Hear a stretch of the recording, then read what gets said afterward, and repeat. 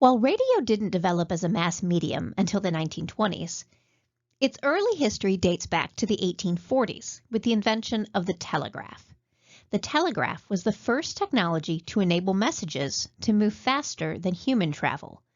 Before the telegraph, if you wanted to send a message, you had to write it out, give it to someone, and wait for it to be physically carried from sender to receiver. With the telegraph, news and other messages could be sent coast to coast within minutes. American artist and inventor Samuel Morse developed a practical system of sending electrical impulses from a transmitter through a cable to a reception device. Telegraph operators used what became known as Morse code, a series of dots and dashes that represented letters of the alphabet, and interrupted the electrical current along a wire cable. A skilled telegraph operator could send and receive 30 to 40 words a minute. While not particularly fast, it was still much quicker than the Pony Express. You may be familiar with the Morse code for SOS, the International Call for Help. 3 short dots, 3 longer dashes, and 3 short dots. By 1844, Morse had set up the first telegraph line between Washington, D.C. and Baltimore, Maryland, about 40 miles away. By 1861, telegraph lines stretched from coast to coast, and in 1866, the first transatlantic cable, capable of transmitting about 6 words a minute, was run along the ocean floor from Newfoundland, Canada to Ireland. While the telegraph was no doubt revolutionary, it did have some significant limitations. First, it couldn't transmit the human voice. It also depended on wires, so it didn't allow for communication with ships at sea. What the world needed was a telegraph without wires. In the mid-1860s, Scottish physicist James Maxwell theorized the existence of radio waves, a portion of the electromagnetic wave spectrum that was harnessed so that signals could be sent from a transmission point and obtained at a reception point without wires. 2 decades later, German physicist Heinrich Hertz tested Maxwell's theory by using electrical sparks that emitted electromagnetic waves, invisible electronic impulses similar to light. The experiment was the first recorded transmission and reception of radio waves, and it would dramatically advance the development of wireless communication. New developments took wireless communication from narrowcasting, that is, person-to-person or point-to-point transmission, to broadcasting, transmission from one point to multiple listeners. In 1894, the Italian engineer Guglielmo Marconi read Hertz's work on electromagnetic waves and set out to make wireless technology practical.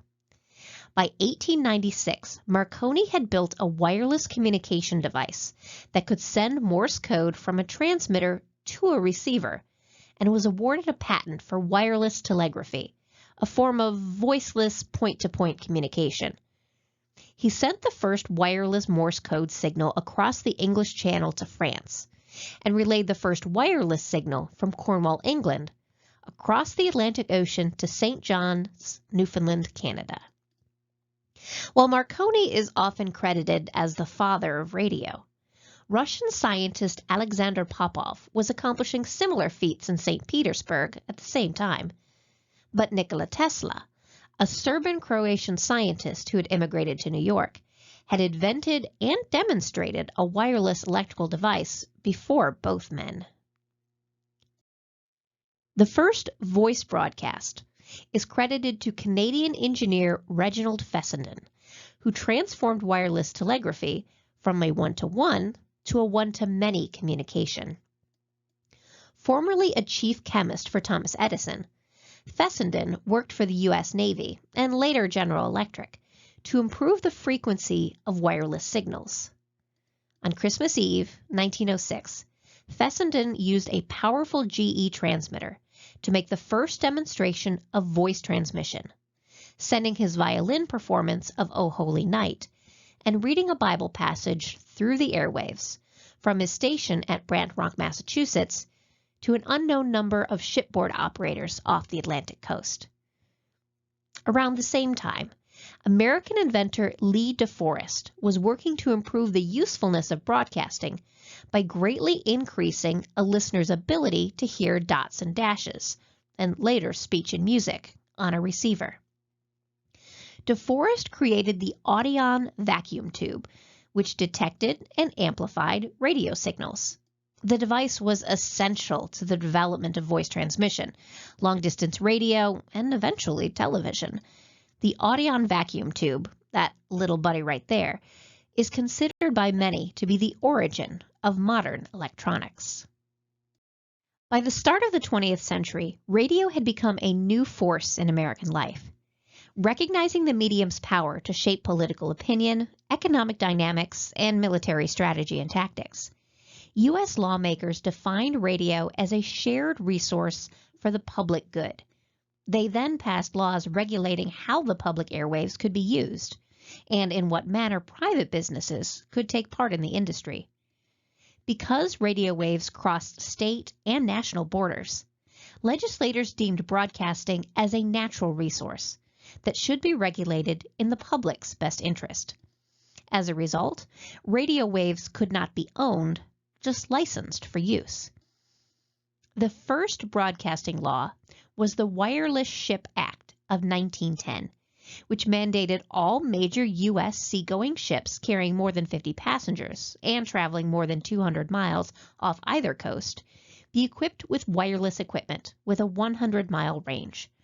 It was a good thing, too, because 2 years later, a little ship you may have heard of, the Titanic, sank in the Atlantic Ocean.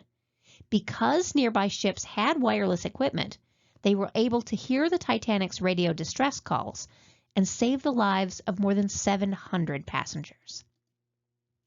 Following the Titanic tragedy, Congress passed the Radio Act of 1912, which required all radio stations on land or at sea to be licensed and assigned special call letters. This brought order to the airwaves by limiting the number of amateur operators. The act also formally adopted the SOS Morse code distress signal.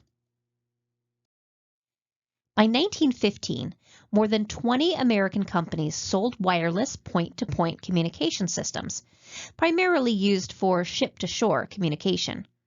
The biggest company was American Marconi, a subsidiary of the company British Marconi that Marconi had opened in the U.S. in 1899.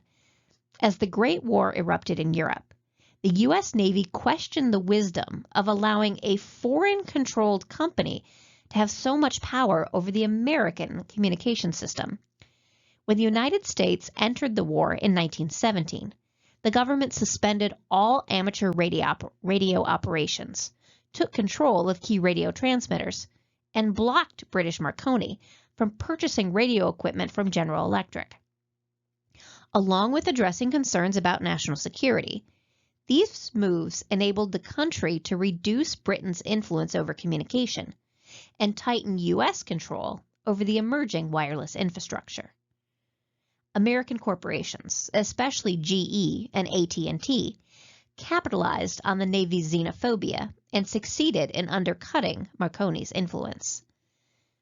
Some members of Congress and business leaders opposed federal legislation that granted the government, specifically the Navy, a radio monopoly.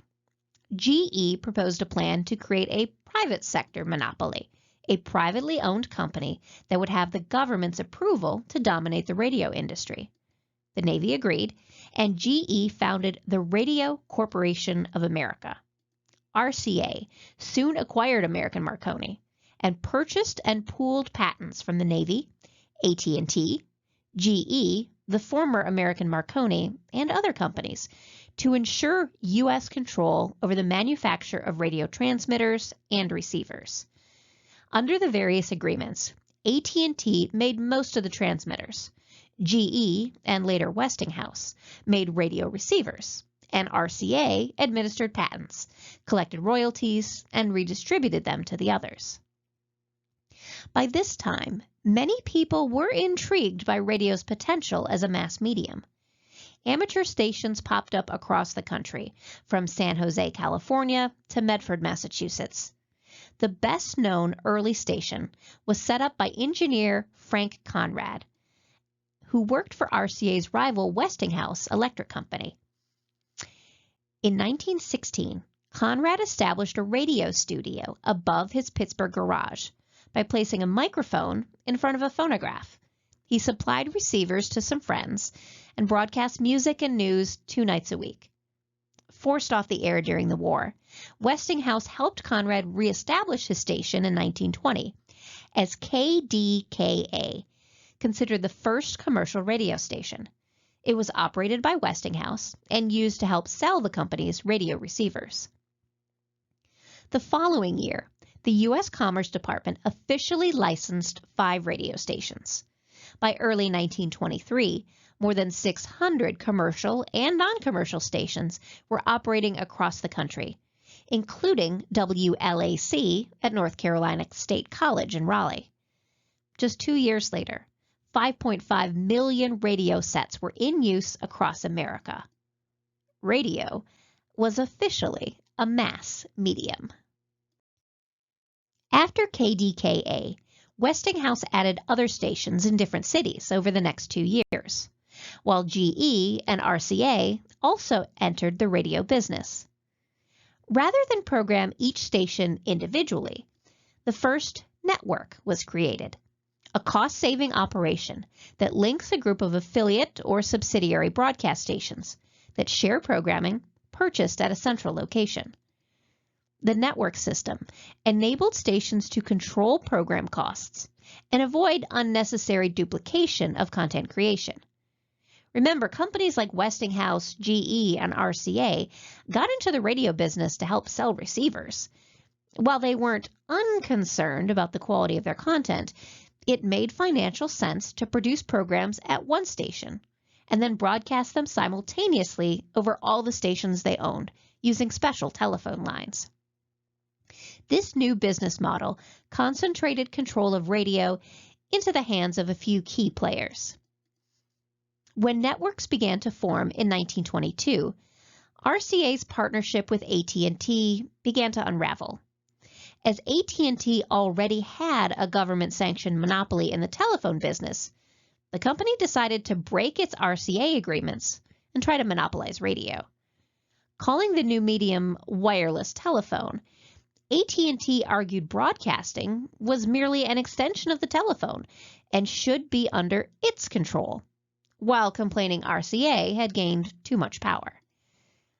AT&T started New York's WEAF as the first radio station to regularly sell commercial time to advertisers. AT&T claimed that under RCA agreements, it had the exclusive rights to sell ads, which the company called toll broadcasting. Selling advertising would ensure radio was a profitable endeavor long after receivers had saturated the consumer market. Many people were against using the new medium for advertising, instead seeing it as a public information service. Still, executives were intrigued by the potential of radio ads to enhance profits.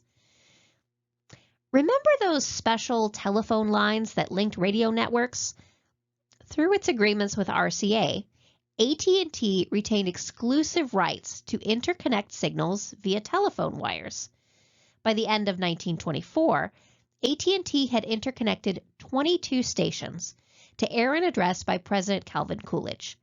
While some of these stations were owned by AT&T, others were affiliates, agreeing to air the phone company's programs. When Westinghouse, GE, and RCA wanted to launch a competing network, AT&T refused to sell them its telephone wire, forcing the new network to use inferior telegraph lines. Fed up with AT&T's power grab, the Justice Department redefined patent agreements in 1925. AT&T received a monopoly on providing the wires, known as long lines, to interconnect stations nationwide. In exchange, AT&T agreed to sell its network to RCA for $1 million and promised not to re-enter broadcasting for 8 years. The commercial rewards of the network and affiliate system continue to excite the imagination of company executives. With AT&T's network at its disposal, RCA General Manager David Sarnoff created a new subsidiary called the National Broadcasting Company. NBC's ownership was split 50% to RCA, 30% to GE, and 20% to Westinghouse. The former group of AT&T stations was christened NBC Red, while the network the three companies had already been building became NBC Blue. The Red network would focus on entertainment and music, while NBC Blue would carry only news. The network and affiliate system under RCA NBC thrived, bringing the country together as never before. When aviator Charles Lindbergh returned from the first solo transatlantic flight in 1927, an estimated 25 to 30 million people listened to his welcome home party on the 6 million radio sets then in use. At the time, it was the largest shared audience experience in the history of any mass medium. But NBC wasn't going to be the only game in town. In 1928, William Paley bought the Columbia Phonograph Company and built it into the Columbia Broadcasting System network. Unlike NBC, which charged its affiliates up to $96 a week to carry its programming, CBS paid affiliates as much as $50 per hour to carry its programs. By 1933, CBS had more than 90 affiliates, many of which had defected from NBC. Paley also concentrated on developing news programs and entertainment shows, particularly soap operas and comedy variety series. That meant CBS rated NBC not just for affiliates, but also for top talent, like comedian Jack Benny and singer Frank Sinatra. In 1949, CBS finally surpassed NBC as the highest-rated network on radio. The growing power of the network and affiliate system raised some red flags for government leaders. From the 1920s through the early 1940s, lawmakers would enact many regulations aimed at regaining control over the industry. The existing Radio Act of 1912 granted the Commerce Department the ability to license radio stations, but little power to deny them. The airwaves became crowded with new stations, many of whom were forced into timeshare agreements. Congress passed the Radio Act of 1927, which reinforced the government's definition of radio as a shared public resource for the public good. Licensees did not own their channels, but could use them to serve the public interest, convenience, and necessity. The Act created the Federal Radio Commission to oversee licenses and negotiate channel problems, including the ability to deny license applications. Intended to be a temporary committee, the FRC grew into a powerful regulatory agency. With the passage of the Communications Act of 1934, the FRC became the FCC, the Federal Communications Commission, with a jurisdiction that covered radio along with telephone and telegraph, and later television, cable, and the internet. The Communications Act also firmly solidified advertising-supported commercial broadcasting, as indeed serving the public interest, siding in favor of the radio networks and overriding concerns of educational, labor, religious, and citizen broadcasting advocates. And let's not forget the third major radio network. The FCC saw NBC's two networks as a threat to competition and launched an antitrust investigation, eventually issuing a ruling that specifically barred a network from operating more than one hookup. RCA was forced to sell the NBC Blue network to what would become the American Broadcasting Company in 1945.